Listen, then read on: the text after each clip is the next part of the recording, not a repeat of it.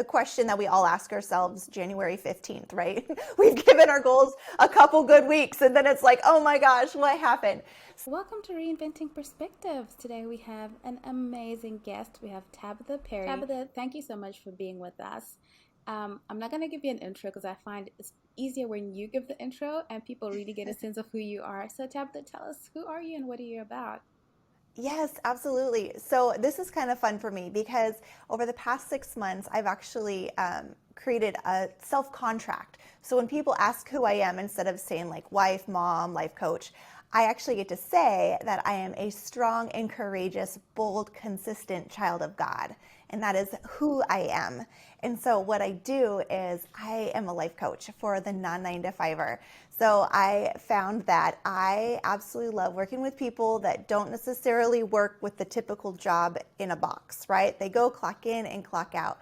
So that has just been a passion for me throughout my life, is working with people kind of that just do their own thing and help them create order in that, because there can be so much mess and chaos in it. And so I absolutely love creating that order in their life.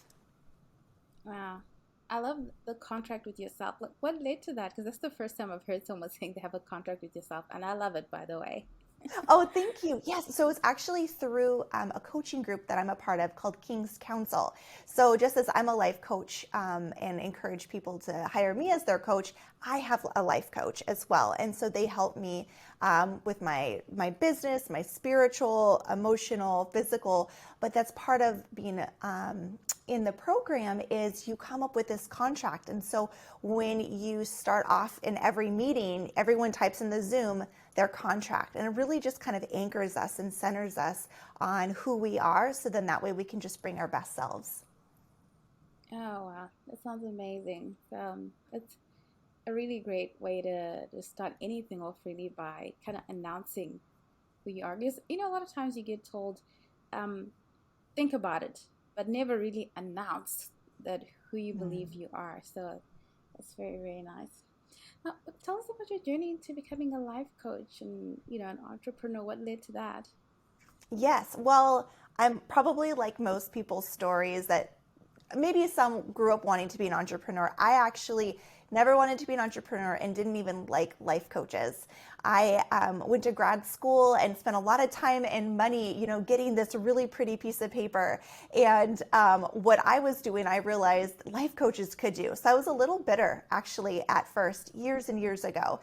It was when my husband and I were wanting to start doing premarital counseling, and our church suggested we go to these life coaches for it. And I was just like, appalled. Like, how are they making that much money? How are they doing that when they haven't gone to school? Well, come to find out, with my journey of the Lord just bringing people into my life that are life coaches and reading books and podcasts, is that life coaching was just so focused on helping people develop who they are and stepping into their fullest potential, that I couldn't help but be excited about it, which was a little bit different than the social work degree that I had, right? So I had looked at like systems, and it's actually been really cool to marry the two, of my background working in prisons, working in child welfare, working with people that have really had challenging, messy lives, and like being able to step into helping them create order. And so all that to be said, I totally judged life coaches. I didn't want to be an entrepreneur because it seemed like a lot of work. My grandfather was one. My dad didn't want to be one. And he always said, Taba, just like go to an 8 to 5 job. It'll just be way better that way. So I worked for the state, the county. Anyhow, I decided to stay home with my girls, like be a stay-at-home mom. And that lasted for about a week. I just couldn't do it. I needed more things. So I started volunteering and working with teen moms and teen parents. And that was just such a blessing. But it really wasn't itching this desire to help people move forward. I was able to mentor them to a certain degree, but I needed to be able to have a little bit more leverage, more of a platform. And so we've moved a lot. I moved over 20 times in my life. And so our most recent move, I was like, oh, we're going to be here for a little while. And so I felt this piece of being able to start something. And so I started a class on life coaching, and it totally blew my mind and was like, yes, it was finally like, this is exactly what I want to do. And I knew that there was like really no businesses that you can go and be a life coach to easily. So I had to create my own. And so just like everyone else, if you have a goal, you get creative and make it happen. And so that it's kind of my entrepreneurial journey. Honestly, I would still love to have a boss tell me what to do because I'm a rule follower and I don't mind having the specifics, but that doesn't serve my family. It doesn't serve what God is calling me to do. And so, sometimes we have to step outside of that comfort zone. So here I am, a life coach, an entrepreneur, figuring it all out and creating order out of my own mess. Yeah, that's really great. I love that you've been able to marry what you learned in social work and what you experienced with life coaching, because I feel like that gives you a really big advantage too. Because a lot of people come from various disciplines and get into life coaching, but I feel like if you've been dealing with people and your problems at that extreme level in social work and coming into life coaching, that must be like a piece of cake for you now. I like to think so. It does come very naturally. It does. I am not like adventurous. I'm born and raised in Alaska, which is like a Mhm. very cold state here in the United States. And you would think that I'd be adventurous and outdoorsy, but I'm not. I'm socially adventurous. I love going to prisons. I love going to events like black tie events. I love just like put me in any social situation, and it is so fun to just engage with people and hear about who they are. Yeah, wow, that's great. Now, since it's the beginning of the year and our audience is the early entrepreneur, I know that right now, goal setting and trying to dive into the big goals that we set for the year is what is happening with a lot of us. Now, why do you think people get distracted along the way and fail to reach their goals? Oh man, that is such a good question. And like the question that we all ask ourselves January 15th, right? We've given our goals a couple good weeks and then it's like, oh my gosh, what happened? So there's a couple different things that I think that I know personally have affected me as well as clients and just friends hearing what their challenges are. So I like to call them shiny squirrels. So basically distractions and how when we say yes to things or no to things, it really does affect our attention span. And so making sure you're aware of what shiny squirrels your brain really, really likes. And there's like these internal ones of like self-limiting beliefs. And then there's external ones like cute little kids that are running around and, obligations and responsibilities. So when one makes a goal, one has to be committed to it. And just like I committed to my husband 10 years ago through thick and thin till death do us part, I choose to be his wife, right? And when we make a goal, that commitment needs to be there. Otherwise, it's very, very hard to succeed at it. So, what does that mean? How do you commit to something? Well, again, you have to be able to say no to some things you want to say yes to, and yes to some things that you want to say no to.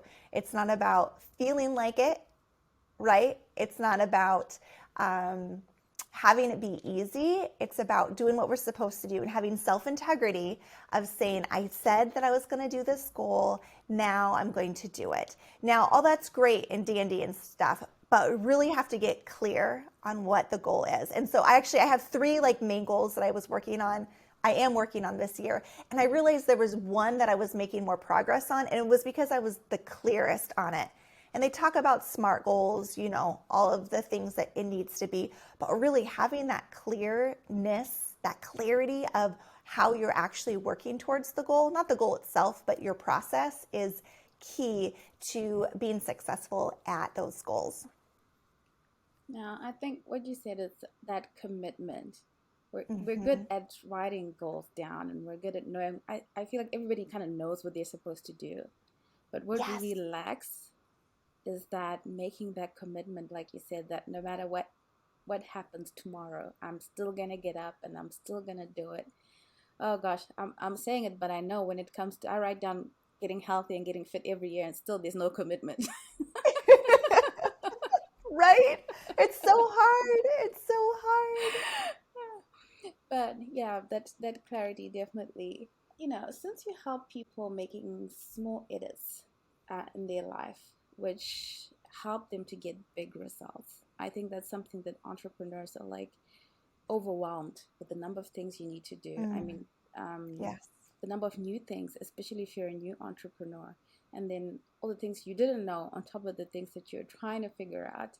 Like, how do Yes. we kind of edit things down and go for big results after making those edits, really?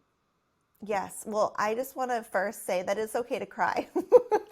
There's been so many tears. I don't know any entrepreneurs that haven't cried a little or a lot about the process. And if it were easy, everyone would do it. So being able to create these small edits are so important. And honestly, it's about giving yourself permission to not feel like you have to go big and bold. You see all maybe some other people that started out the same time as you, and their success is so much more how you view what success should look like. And that's not necessarily your journey. And so creating these small little edits is about owning who you are, which again, creating that self contract with yourself really helps with that. So knowing that I am strong and courageous and bold and consistent, how can I make small edits in my life that align with being strong, that align with being courageous, consistent, and bold? So some of the little things that I suggest my clients do is really, again, back to what we were talking about of being really clear of what it is that you want, and then breaking it down into a step that you could explain to your 7-year-old. So I have a 7-year-old daughter, and when I want to explain something to her, I have to really be clear about it and like what it is, like the result that I want. And so we have to do that with ourselves. We have to do that with our brain, because our brain wants to be comfortable and it doesn't want to do new things. And so if we're going to do new things, let's be kind to our brain and make it and so you're able to actually have smaller little edits to actually succeed at.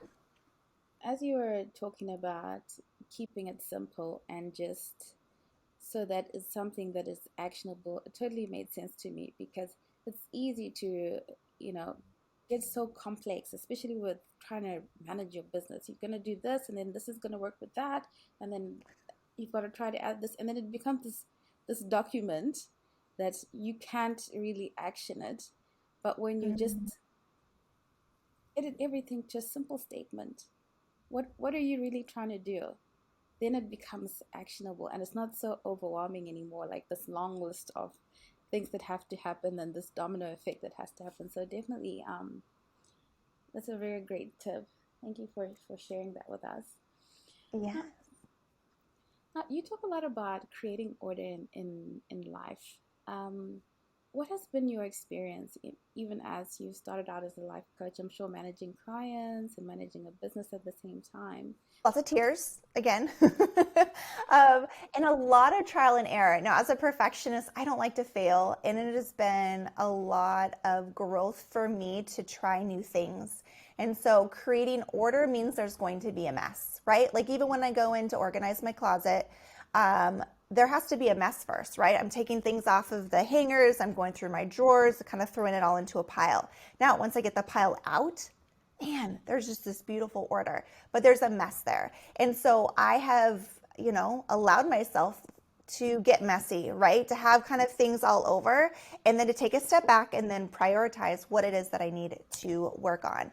So there's so many different apps, there's so many different programs, but really what we have to focus on is like what is moving the needle to number one, help our clients, but also number two, pay our bills. And so being able to prioritize those and kind of balance those out is really, really important because taking care of our clients is just, it's very precious. God has given us an opportunity to pour into these people. And so we need to bless them as well as bless our business so we can bless others. Such a good point. And I don't know from your experience, Tabitha, but I find that being a Christian woman, I struggled a lot with kind of that really wanting to serve so much. The emphasis was on serving to the point that sometimes I completely neglected the second part of making sure that my business was profitable. And I Yes. almost felt like the two things couldn't exist together until I felt like I had this realization of, because I felt like, oh no, if I want to serve too much and I've got a heart of too much serving, maybe I'm not built for this entrepreneur stuff. Maybe this Hmm. entrepreneur stuff is for like an aggressive, um, kind of profit-driven person. And for me, I feel like the realization came that maybe that heart of service is exactly what is needed in an Mm. entrepreneur. Yeah. Because when you begin to look at the most successful entrepreneurs, they're not money driven. They are Hmm. really service driven. When you whatever their beliefs may be, when you boil it down, that obsession with customer is really just service. So Yes. it's it took a long time to realize that, but I'm glad that you pointed this out, because somebody out there might be listening and really struggling with balancing that serving and also being profitable part. Um, I wonder, what was your experience with that? Yeah, no, I'm so glad that you asked that because being a social worker, being in the helping field, that has always been my jam, right? And even before I was a life coach and, I was a stay-at-home mom and volunteering, I would be on the phone with my friends for hours, pouring into them, like ultimately life coaching them. But at the time, I didn't have a label for it. And I was exhausted. I was exhausted. So there is this balance of being a servant and pouring into others, but we also have to pour into us. And so sometimes that means being compensated for it, right? So we can actually pay our bills, which is very important. But also it gives us reassurance that we're on the right track and that we're getting the right people that are wanting to take what we have seriously, what we have to offer. That Bible verse. Maybe I got it wrong, but it has something to do with the worker is worthy of their wages. Mm. Yes, and Anyway, it's I so digress. important. I know, I love it. I love it because we have value, right? And there, Mhm. it's interesting. I actually was on a call with a couple of my entrepreneurial girlfriends yesterday, and we were talking about feminine and masculine energy, not the woo-woo energy, but just this idea that men are like, go hard, like push through, and women are more like calm and nurturers and servants. And so when we are able to create our business in a way that aligns with our personality, especially as Christian women, we can embrace that servanthood and have that be beautiful. But even Jesus, he took time to take rest, right? He took time to find people that poured into him too, his disciples, not just him pour out. So as entrepreneurs, it's so important that we make sure that we have people pouring into us, right? We've got strong friendships, we've got mentors, we've got coaches pouring into us, so we can pour equally into our clients and into our communities. That's worth hearing, and worth hearing over and over again as a person moves through the entrepreneurial journey. Now, time management. This is a really big one for entrepreneurs, especially mompreneurs, dadpreneurs, people like yourself and myself. We're juggling many hats. How do you create an ideal schedule that doesn't overwhelm you? Ooh, such a good question. And that is so personalized. So, one of the really fun things that I nerd out to is schedule audits. And it's really sitting down with my client and literally going over every single thing that they do every single day. And so, I absolutely love that. But I don't do it for myself as often as I should. Isn't that fun? Like, that's just the name of the game as a life coach, right? You're really good about helping other people do it. And then you're like, oh, I need to apply it to my life. But for my schedule, so one of my hacks is transitions. So I try to limit the amount of transitions, whether it's going out of a room, leaving the house, anything that has to do with my children. I try to limit the transitions because every single time I transition, it takes 20 minutes for me to get focused again. And I'm a pretty focused person. So, someone who has challenges like ADHD, and a lot of entrepreneurs have that, which is also a gift in of itself, it's really hard to get back on track. And so for time management, it is just really important to limit, for me, the transition. So at night, I will put my workout clothes in my bathroom. And so that way I go to one spot and I get everything done and then I leave my room. But if I don't, if I have to go to my closet and then I forget that I have to go brush my teeth, but then I forgot my supplements, but I got to go back and get my socks. Like, as you can see, that can really expand your time. So when you look at it from a like transition or even just from a room perspective, like what can I do in this one room? That has been really helpful for me, as well as bookending my day. I have a time that I usually go to bed, although not last night. Priscilla called me out.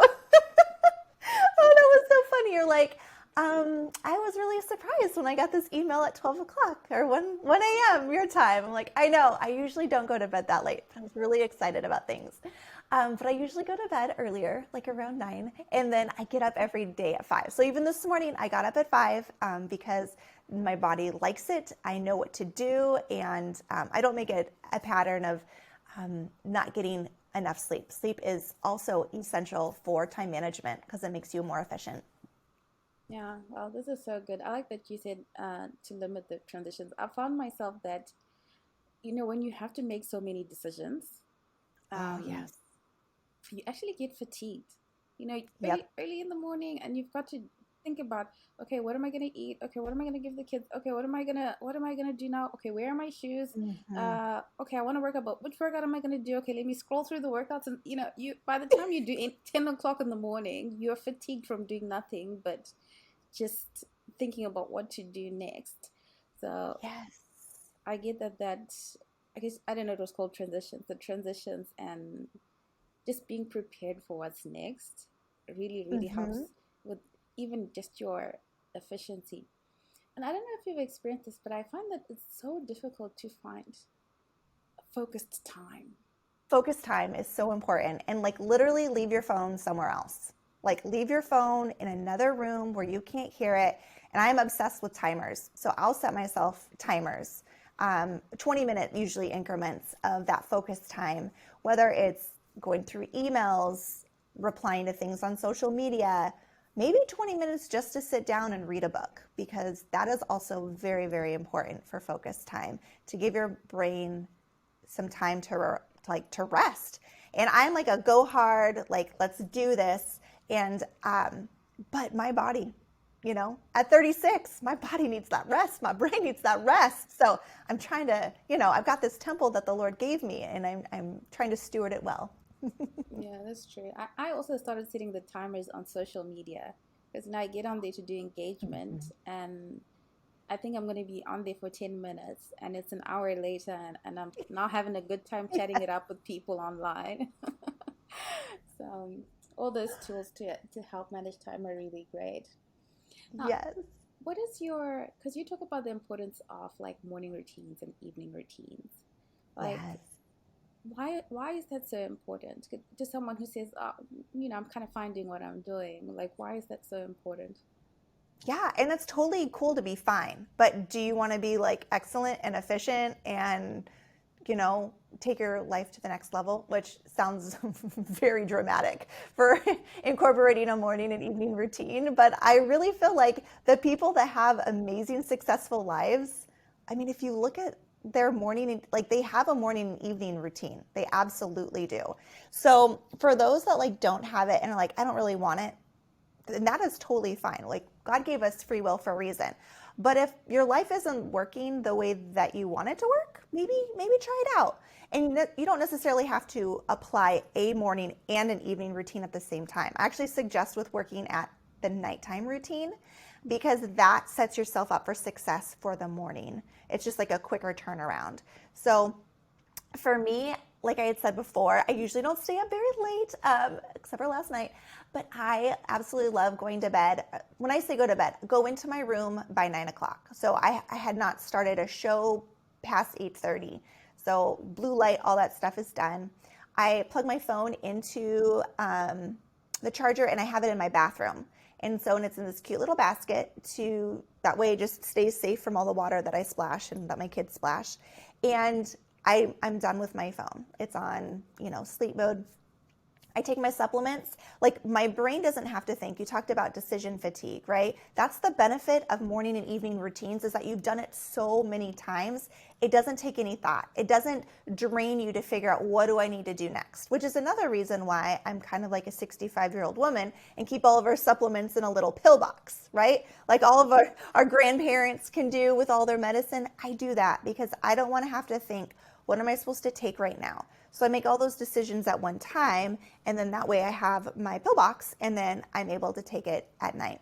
And so my evening routine, then I go into bed. I have cozy jammies. That's one thing that I think is really interesting is that a lot of people don't put on things that feel good. at night. So be aware of your body and how you feel in your pajamas, and make sure that it's enjoyable and that your bed's soft and that you actually like going to bed. Because if it's miserable, of course you're not going to want to go to bed. And so part of my evening routine then is I always read before bed. And it's various books. I usually get 2 pages in and then I'm ready to sleep. And then in the morning, again, I wake up at 5. Usually no matter what time I go to bed, I definitely give myself grace on days where I go to bed later, like several days in a row when I go to bed later. But I get up at 5, and again, I've put my clothes in my bathroom, and so everything is just right there. I know I'm going to go do my quiet time in the morning, and then I go exercise. And so it just really makes it a lot easier to not have to think about it, because who wants to waste all their decisions early in the morning on things that we're technically supposed to know to do every time. Just being that extra prepared for the day, it takes away just the chaos that can happen, and the overwhelm that can just happen from just everyday routine things. So that's a really, really great tip. Now, I know you mentioned that you read your books in the evening. So, what is one of the number one books or the top books that you would recommend for an early entrepreneur? Yes, so it's called The One Thing by Gary Keller, and he is in real estate here in the States, and he is phenomenal. There's actually another author I feel bad not giving him credit to, but Gary Keller. And it is just so good because it breaks things down into doing one thing. And as much as women, especially us, we love to say that we're good at multitasking, and we are. But it also says in the Bible, just because you can do something doesn't mean that it's beneficial. So they really talk about not multitasking, focusing on one thing, and then what happens when you really commit to that one thing. So I'm also suggesting this to my clients that are working on their goals. So any entrepreneurs that are, again, working on these goals, read this book and really kind of apply the concepts to whatever like business goals that you have. The one thing that really jumped out at me from it was this normalizing that there is always going to be a mess. And as the type A personality that likes to be clean and have everything orderly, again, normalizing the mess really just helps my brain calm down and just know that that's part of the process. Doing one thing, focusing everything means that there's going to be other things that are left to the side, and that's where you have to learn to prioritize and make sure that what you're focusing on is what you need to be focusing on. Yeah, that sounds like an amazing book. I recently read a book, gosh, I remember even what it's called, but it was about the one word. I don't know if Oh, you've heard of this book. I wish I could remember, but anyway, I'll put it no. down in the show notes for any of the Yes. listeners who are interested. And it was about finding a guiding word for the year. Oh, That yes. just one word. It's kind of like something that's like, the spirit of things, the way you want to move in that year, whatever you feel is, they say, the book actually says pray about it, and one word will come to you. And Yeah, then I love that. focus on that one word as the spirit in which you move through the year. And then next year, come up again with another, one word, whatever it is. And he gave examples like some people find accountability. It depends on whatever it is that you feel that you're struggling with, accountability. And so in every area of your life, you'll be looking at, am I accountable with my health? Am I accountable with Mm. the way I interact with others? Am I accountable in relationships? Am I accountable at my work? So there's just like a spirit of accountability really for the year. So I thought that was really interesting. And I thought of that when you mentioned the one thing. I thought, wow, if you had a one thing and a one word and you really moved with that for a year, that That'd be pretty clear. You'd be, yes. Your path would be directed. is, well, it's always good to, get different ideas from different authors and other things that people are reading, just, because you don't know what you don't know.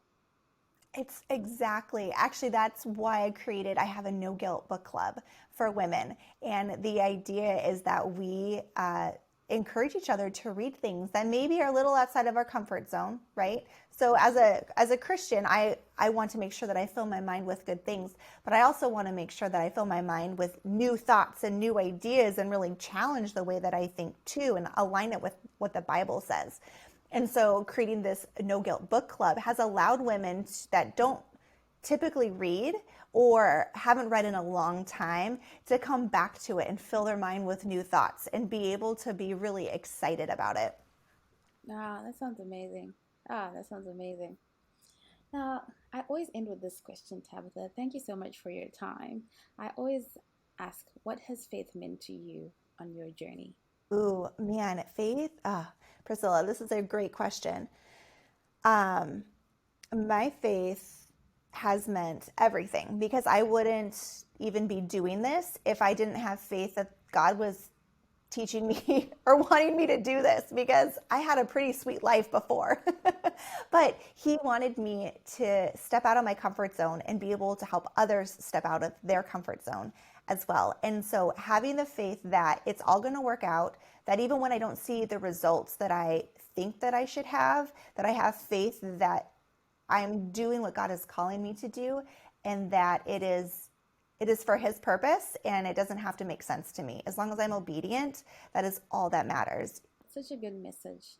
Thank you for that. Now, Tabitha, to our audience, where can they go to learn a little bit more about you?